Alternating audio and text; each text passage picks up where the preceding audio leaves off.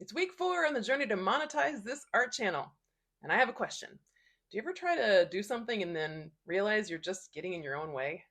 I'm asking because I had slow growth this week on my channel, so I went about trying to fix it. And while I was doing that, I realized that it wasn't just a lack of skills for me or even the wrong kind of video that was slowing my growth down. There was a small block in my mind that caused me to low key sabotage the momentum, I think. I think facing hidden blocks head on are going to be key to monetizing this channel, so face them I will. Hopefully, addressing the elephant in the room will help you too, whether you are starting a YouTube channel or wanting to be more public with your art in other ways. So, today I will show you how I'm making friends with the elephant, share 2 skills victories from the week, and what challenges I've set for myself this week, and the analytics progresses I have made, and they'll be folded into this whole mix. So here we go. In case we haven't met yet, my name is Ann Livingston, and I help people start their art careers later in life because I did it, so I know it's possible, and it's awesome.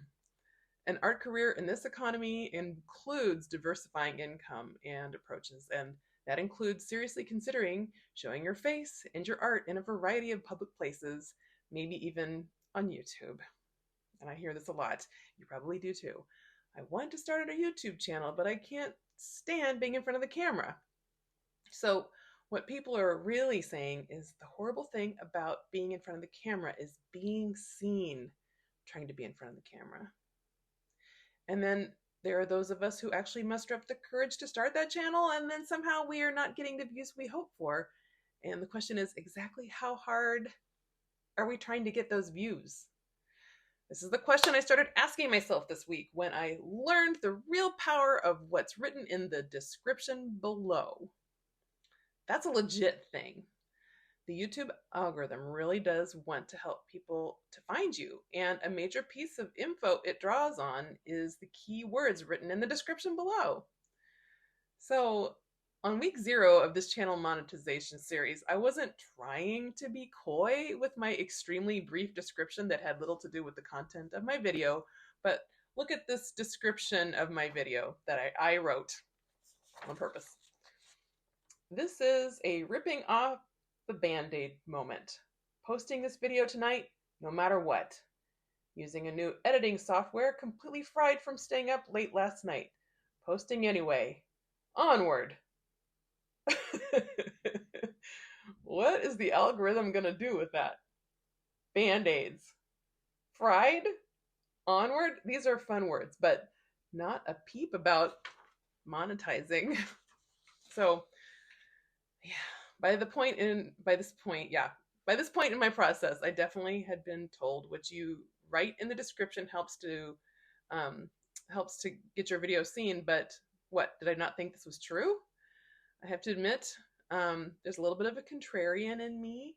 It's like, I know that's how they do it, but I want to do it my own way. Or it's fine, it'll work itself out.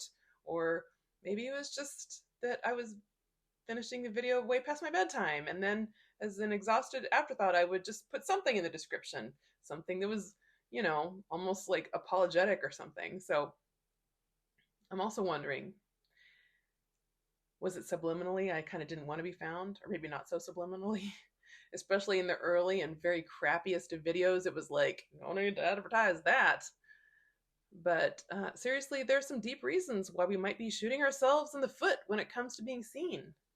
This is the ultimate vulnerability, I think, to sit here and talk into a little black piece of metal and share what's important to us while trying to be natural yet organized, doing it all imperfectly or even badly, and then be potentially seen by millions of people, even your family or your friends or your enemies or your exes or trolls, or worst, younger people who think you're cringe and they smash the dislike button. How the heck are we supposed to overcome this? It feels so massively risky on an emotional and social level. So yeah, here's how I'm going to overcome it for now. There are 3 things that are keeping me going on this YouTube ride at the risk of being seen. And they are, number 1, the need to be of service. I think that putting myself out there has potential to be a real and useful service for others. I have skills and information to share, and I think it is also useful to be a person on video caught being in my 50s, representing and helping to normalize being a woman who's just getting older. There are a lot of us out here, like 50-ish% of us are women, and even if we aren't older women, we will be. So I want to honor and celebrate that. Then the second thing that's keeping me here is overcoming discomfort, actually. Each time I shoot and post a video on here or publicly show my artwork or anything vulnerable like that, I feel like I'm pulling my pants down in the middle of town square. But I also think I'm building bravery and resilience when I do it. In my lifetime, I have avoided discomfort quite a bit, but learning how to tolerate and even work through that discomfort when I started my art career has helped me become more resilient. And this resilience and confidence continues to build, and my life continues to improve the more I work on this. Does it lead to missteps? Yes, it does. Sometimes I go too far and I put something out there that is an extreme overshare. For now, since nobody really knows me, it's easy enough for me to delete things when I feel like I've gone too far. But I try not to lean on the delete button too much. Note to self, don't delete yourself, right? Number 3, overcoming fear. I want to show myself that even if there are some people, whether I know them or not, who might stumble upon this video and judge, sneer, or even hate me, they're not ruling my life. I'm not giving power to those people anymore. I have regularly put my entire well-being on the line in hopes of gaining approval from certain people, and this is not how I want to live my life now. Don't get me wrong, I'm still very much wired to care about what people think about me, but I'm not going to let this stand in the way of doing something good. Knowing the risks of being hated and ridiculed and doing it anyway for myself builds confidence and self-esteem in a profound way. I'm only fully realizing all of this right now, like this week, right this minute. I'm only deliberately looking right at these blocks head on, and it's the right thing to do. I'm very grateful to myself for making choices based on my sense of purpose rather than handing the power over to whoever feels like they want to take the wheel. The challenges I set for myself this week will be about helping my videos get seen, really, even if they are mediocre to bad. Maybe it's time also to normalize this messy in-between time for when someone comes along and thinks they can't make it to their ultimate YouTuber status, and there are a lot of very polished videos out there, but then they see this video and they think, well, I can do that. You're welcome. Anyway, I have a friend who is on the precipice of starting a channel, and I cannot wait to start watching it when she starts. She's so skilled, and she has so many fascinating things to say, and I think people are going to love her as much as I do. But she has a major block for not beginning, and it's a very poignant and understandable reason. So what would you say to a friend who wants to share with others but is hindered by the idea of actually being seen? Even if it is a faceless channel, the idea of people finding out that you have a YouTube channel, that you would dare to do such a thing. And if this block is just almost insurmountable, what do you say? One thing that I want to say to my friend is, I really see you. You have a very good reason for not feeling ready to be seen publicly, but I see you. I'm such a huge fan of yours, and every one of your successes is just the most energizing, wonderful things to see. And I hope you find what you need within yourself to get where you want to go. You just have a huge inner store of personal power already, and every time you put yourself out there, it just adds to that power. And I believe that every time you put yourself out there, it will propel you forward in an exponential way, and I think you will just blossom. And you already are a blossom, so it's just be like a super blossom. If my friend ever sees this video, then maybe she can use the thing that I learned this week I'm about to share, or maybe she could try the things I'm about to try in the coming week. For example, this week I will challenge myself to do 3 things to nudge myself further into the public eye, or actually 4. Number 1, put a transcript on each video because a transcript is loaded with relevant keywords. Number 2, release the video earlier in the day. I have no idea if that works or not. Number 3, put a link in this YouTube a link to this YouTube channel on my Instagram page and share the news over there on Instagram that this channel exists. Number 4, you might already know this, but having a compelling thumbnail, picture, and title are just as important as the video itself. Otherwise, people won't even click on it. So I'll continue to try to make good thumbnails and titles. So, keywords. I read that having a transcript in your description area allows the algorithm to detect the words spoken in your video. So I thought I would do an experiment.